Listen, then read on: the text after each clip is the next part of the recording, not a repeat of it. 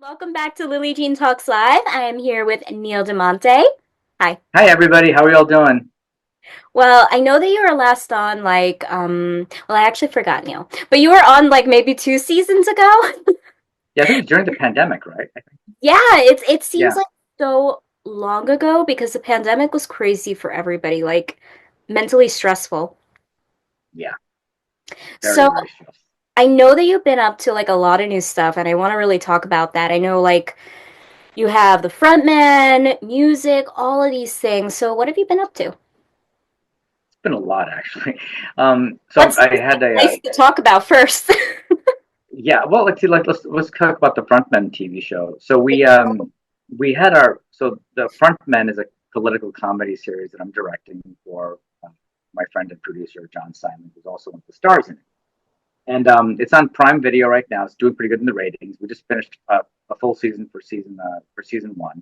We have 5 episodes up on there, and we had a pilot that we did that we decided to put that into a film festival. So we at the first 3 episodes we made into a pilot, and that actually was doing really well. And it's testing very well. We got a lot of good laughs, and actually, right now, a management company, someone from the someone in the audience actually sent me a really nice email saying, "Hey, we got your information on IMDb Pro. We loved your project and everything too." And I'm like, "Oh, thank you." And they asked if they can have a link to it. So Very it cool. turns out it's from a management company that was a junior agent who's in the audience who wanted us to see who wanted to show it to people in her office. So we had a meeting with them when I was back in Los Angeles last week. It went really well. So we want to keep bringing projects to them now too. Fingers So crossed for her you. so yeah, it's great. So her manager deals with psychological thrillers and comedy. So I have two things with that, but then somebody else in the company likes horror and sci-fi and adventure things. But great, I've got a couple of big things we're doing with that with a bigger budget and with bigger Right. producers. So I'd like to bring that over to you too. So we're gonna try packaging one of these projects with them on a higher level also. So that could be a good marriage for everything. So our company Robots of Awesome Yeah. can actually finance projects too. So we can package projects by getting directors and known talent with this agency. We can finance it. So that's what we're going to try to have a nice merge with everything and bring some of our projects in for Nice. acquisitions and see if it works out. Well, that was like you took coffee. Like 8 cups of coffee, Neil. I have to process each portion. I can go back in slow motion and work, but we'll try to make it slow. Yeah, Okay, but I think that you guys won at a really big festival, the Silicon Valley thing. I don't know. The yeah, frontman I don't know if we won any awards because I official wasn't there. selection. It was official selection though. Yeah, and we've gotten some other couple festivals after that too that are coming. But that was the one that the junior agent for this agency was actually in the audience watching our show and said that they were like dying laughing and it went really well. And they contacted us. So hopefully that's a good way of getting the show out there now. Hopefully Right, right. so it's done and have a season two and bring it onto a bigger audience after this. Political comedy seems pretty interesting considering the climate of things. We have the election coming up. So is it Oh like, yeah, does it like have anything to do with the elections or like previous presidents, or is it just like pretty much a combination of that. We try to I'm not very political, but we want to touch on both Republican National and Green Party, so Republican Democrat and the Green interesting? Party thing in total with everything and how all these little things are affecting like the Right. daily person. So yeah, so our show is actually incorporates that whole thing into it too. Like what if someone's got like more money and they're in a better position, like how are they taking advantage of people that are not in a good position? And then like the team that is the three main actors of the frontman group, they basically they try to go inside and infiltrate the odds and even the odds between like the poor and the rich and try to even it. So that way like they'll try to Is that even possible? Well, oh I it's guess totally in your show, but so have you done anything with music lately? well I'm actually teaching myself how to play bass right now, which I is cool.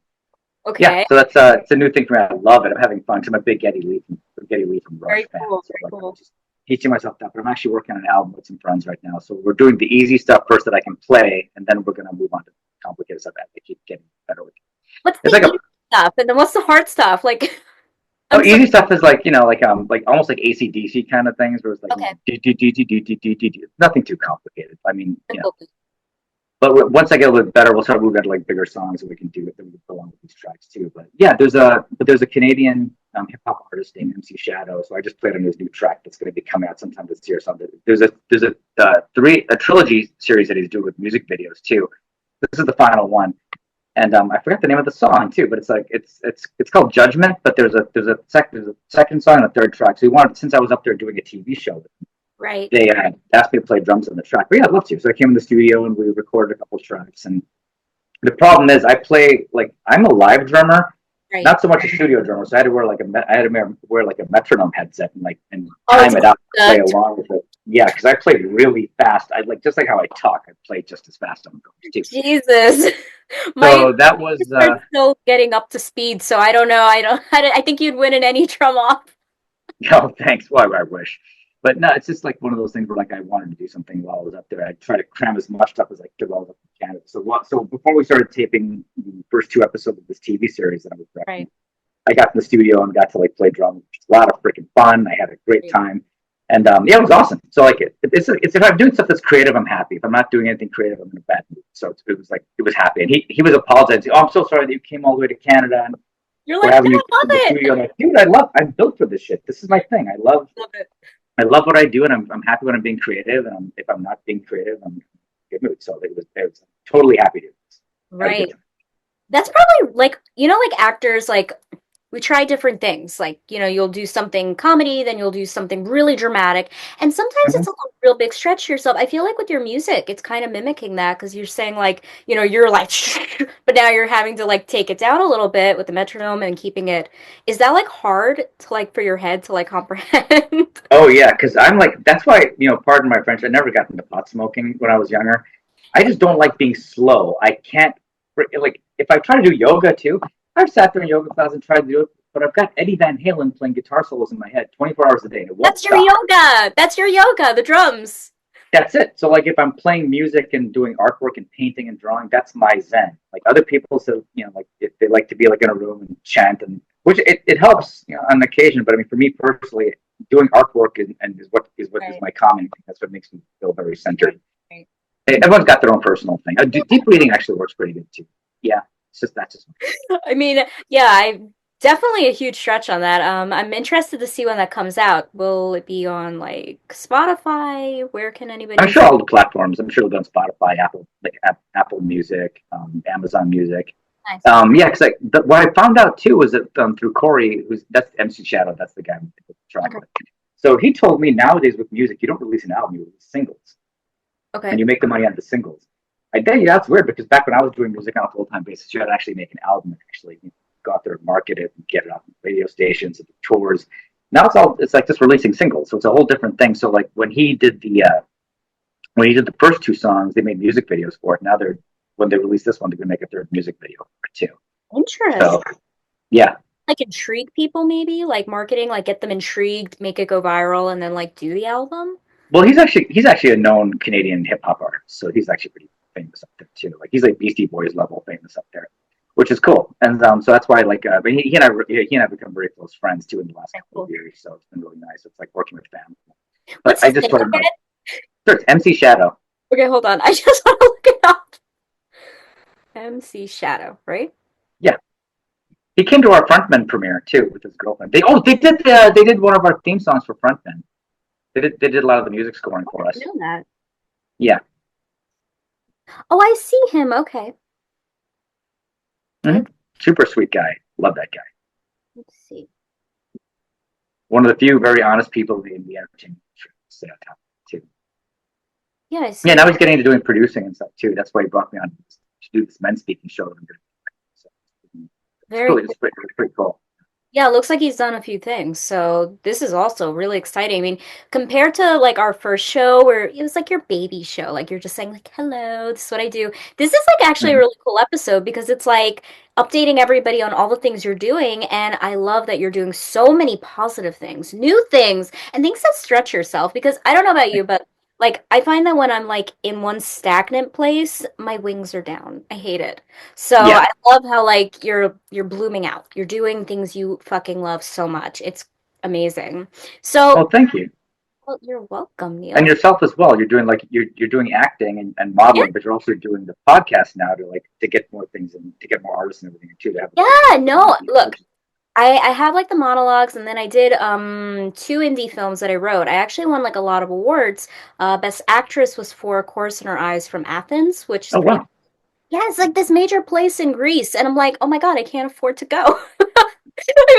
It's really cool. So I'm doing that, and then Lily Jean Talks Live, I thought about it, and I was like, wow, I want to like touch base with everybody. So I decided like let's do this again, and then I won two awards for my Don Most episode. So I was Hmm. like Oh at wow. festivals. Yeah, so I was like, wait, yeah, thing. So then I was like, let's do it. So yeah, season 4, I was like on it. All the graphics, all the editing, like everything is me, Sparkles. I add Nice. sparkles to everything. That's how you know it's me. Everything's pink, glowing, glittery, Hmm. literally. Yeah. Okay, all you had to say was yep. Well, there was a delay for a second. Oh my God, it's delayed. I didn't know. It was a small one. It just kind of stopped and like you kind of skipped for a second. Glitter. Yeah, that gives yes, very shiny. I want to talk to you a little bit about like packaging and like this big project coming up. I know you can't speak a lot about it, but I'm a little bit interested. So can you like give me like that much about it? Just a little bit. Just a Sure. little. Well, sure. It's like a $40+ million film that we're putting together right now. Oh, We're that's working it. with the 40 so million. yeah, it's a big one. We're actually working with established producers on this Cool. project too, who've done big genre films. So because of that, like we have to obviously get. We're right now just shopping a bunch of directors. Two director friends of mine. Unfortunately, I had to pass on it because one is already signed for doing a sequel to a movie, and if that for whatever reason falls through, we'll circle back around and see if we can get him. But in the meantime, we're bringing out some other directors too to take a look at it. So the directors we're approaching are obviously they've done genre films that have an established bankable record with studios, and because of that, and because of the subject matter of the script and everything too, these directors that we're approaching have to have done extensive work with like on bigger movies and also Right. with like huge Huge. special effects budgets and having to know how to work with special effects. So that's the criteria for what we're doing with this project. So right now we're just like shopping around with them, and we have the producers we're working with right now. They have a studio, so they have two studios that we're working with on putting it together. So the studios would have to have director approval of who we pick. So if we pick a director, these two studios would have to, and production companies would have to basically step in and say, okay, we like this person. They have a proven track record, and we want to work with them. And that's what the criteria is going to be for the director hiring. This sounds like really major. It sounds like a good payday for you too. I mean, that's That'd be good. great. We all could use the Um, money right now. Got to have that. yeah, I mean, especially now, yeah. So, this is gonna have like big actors, right? Big, big names, because you're talking about Yes. directors, big budget. That's pretty exciting.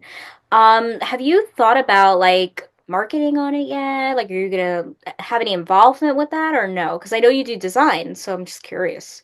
Oh yeah, I'm gonna be. This is more very heavily involved in. So I'm actually like involved with part of the creature design too with this too. So whatever company we hire to go with, we're doing the special effects designing. I'll definitely be having a big part of it too. So the thing with this project is, how do you top the Alien and Predator? Like it's like how do you top that? Because like those movies, and even like with the Lord of the Rings with the Classic. Balrog, you can have something very iconic. So there is a monster in this film. That's the one thing I will say. But how do you that's it's a challenge because like every time you see a movie now they all have elements of the alien and the predator and like sometimes the Balrog thing involved with that too. So how do you like do something completely unique and this different that no one's really quite seen on film Right. before? That's the challenge. So I've been looking at artists and some of my other partners have been looking at different artists that we're trying to like nitpick everything and see like who we can like what's a good basis we can start this thing off. So there's artists that I personally like. That I like to incorporate little bits and pieces of them into the final design. But we're just gonna all chip in and say, okay, we're gonna get an artist or an art director who's gonna design this creature or a creature designer and say, here's what we want to see, and we want to have something that's never really been done before on screen. How do we make this iconic? It's got to be iconic. How do we do that? So that's one of the biggest challenges for this film. We want people to stop in the audience and kind of go like, and just and that's a challenge. It's like how do you top these creatures? Wow. I mean, you have to. Is this going to be like a fearful sort of character, or are you making it kind of Oh lovable? yeah. Oh, it's all fear. It's all fear. Oh, it's completely horrific. Yeah, because it's without giving too much away. Thousand eyeballs? Like what? It's a pretty big monster, and it's got to be there's a there's a thing in the movie that there's a thing in the movie that this creature is going to be attacking, so they both have to be around the same size. So that's part of the thing too. But yeah, but it's got to be based. It's got to be based with an otherworld look, but be based in our reality too. That's the challenge. So how do you do that? So I'm gonna when we're going through and going jotting down, I'll be on there sketching out stuff on set and helping design everything too. And I'm also gonna be storyboarding. My job as a producer on this thing too is I'm gonna come on and storyboard some of the scenes too to kind of get the whoever's gonna be the director to get them interested in the project too. So there's yeah, it's a matter of like taking the visual aesthetic. I believe in there's a thing called contextualism, which is an architectural term, where everything around you has to be incorporated into whatever you're designing. So if the monster is, for example, in a forest environment, it's got to take all the textures and the feel of the forest and have that combined in with the creature design. Right, right. Yeah, you don't have a bright red, like bug-looking creature popping up that you'd never find in a forest. So like you kind of want to have everything kind of like tying into what this creature looks like and make sure it fits in the environment that it's going to be Right, engaging. right.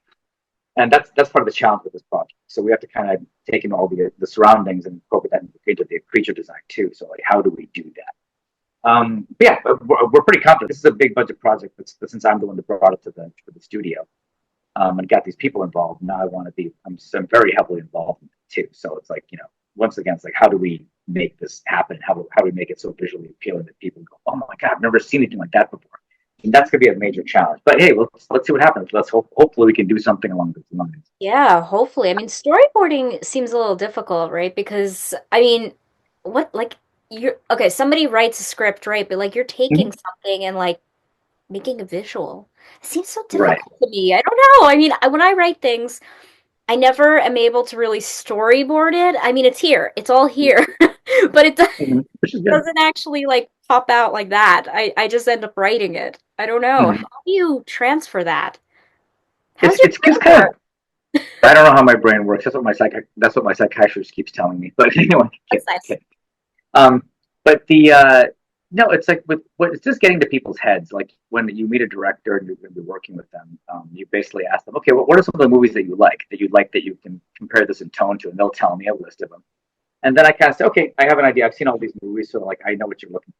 So I'll go back and I'll think of these camera angles, camera shots, the visual aesthetic of how everything works, and then I'll incorporate that into what I'm drawing for them. Because with the way movies and TV shows are, whatever you see whatever you see on TV is what someone like me draws first, and then like the director takes that and presents it to the crew and says, "Here's what I want all these shots to look like." Then the crew and the cast all know what the shots for the day are going to look like, and that's what my job is. So when you're working with different directors, you learn a bunch of different directing styles. So it's almost like going to a pre-film school. It's great. Yeah, You learn a lot of stuff. It's amazing. just a matter of being able to translate that, like what from the script to what you're going to see on the screen with Right. using camera angles, little notes of where the camera direction goes. It's basically doing like a big comic book, only with camera direction.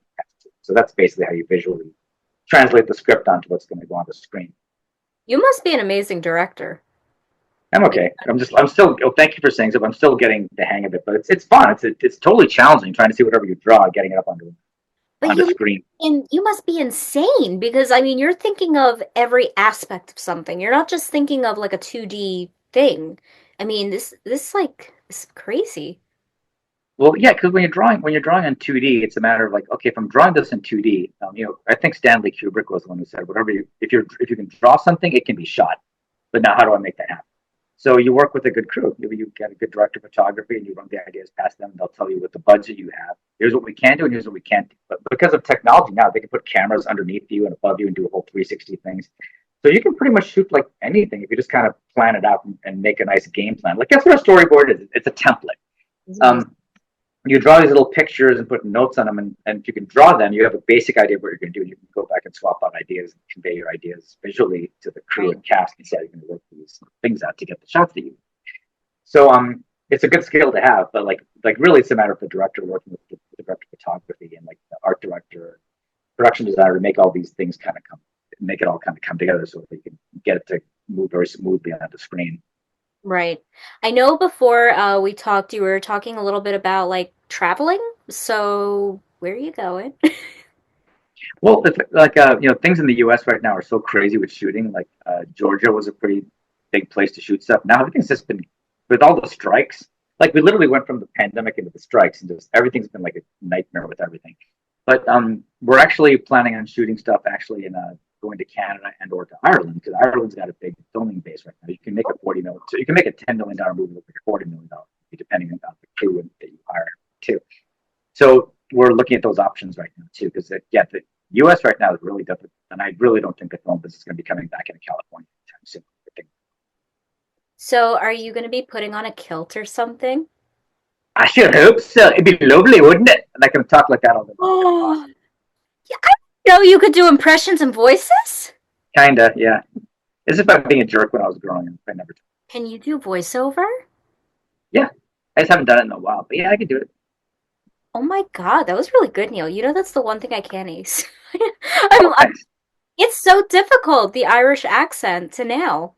Well, Wow, that was a Scottish one because but that was actually a Scottish one with the kilt. that So I did that was. with yeah, because you get Scottish more like this sort of a thing. I got that from well, yeah, an Irish Wait, when accent you is said more like thing, this kind of a thing, I think, and yeah, like when you said thing, that was Scottish, but like the first one you thing. sounded more like, Irish is more like this, and then like Scottish is more like this. I just got because I yeah, spent when some you time like with jutted your head Butler. out, that's Scottish, You yeah. got to sort of like put the face into it too. You got to be like a plumber. Yeah, you got to roll the R's for doing the It's Scottish. It's perfect. not that great though. My friend Paul, he worked on Grand Theft Auto, like the first one, with the Mm-hmm. art and everything, and he's like a real Scot. So it's like Mm-hmm. the accent is great. It's great. I can't believe you could do them. Wow. Thanks, but yeah, it's like if I spend time with people, like we had to work with Gerard Butler on Den of Thieves, so when he was talking, I picked up some of his accent. But like I like to kind of make the face to get along with it too. So when you kind of talk like this, it makes you have to do the accent better, that kind of thing. So it's just that's just my way of just by being a jerk when I was growing up. I had no classes. We're just like mocking people. You can You call someone a brilliant jerk or whatever, fool! but mocking is where the true attack comes. Yeah. I love it. I just love it. Thank you, my dear. Yeah. Can you do an English? The Queen's An English, English of accent. course. Oh, oh yeah. Like yeah, I actually got that from the We're reason of the cult of English. So an English sort of accent will be something along these kind of sort of lines where it's very congruent sort of thing with the way we make these fantasy things sort of happen. You sound a little bit estuary, actually. What's that? You don't know? By the Thames, the River Thames, Oh, estuary. the River Thames. Yeah, I didn't know there was a whole There's separate accent. estuary, there's RP, there's Cockney. Yeah. Oh, you're like, whatever. You have a good accent, though. It's really freaking amazing. Oh, thanks. If I spend time with people, I can mimic them. But yeah, It's like otherwise, Canadian. I'm like I'm a good mimic. Canadian's hard. Not like Celine Dion Canadian, 'cause she's Quebecois, but I mean like regular like Toronto and stuff. Yeah, they say like little words like "a" when they end sentences. Like they'll end a sentence but then say "a" and like stuff like that. But sometimes they speak pretty very much like that. Oh, they say like project. Their O's are different. Their O Yeah, sounds. Yeah. yeah, certain words. Yeah, that I pick up on.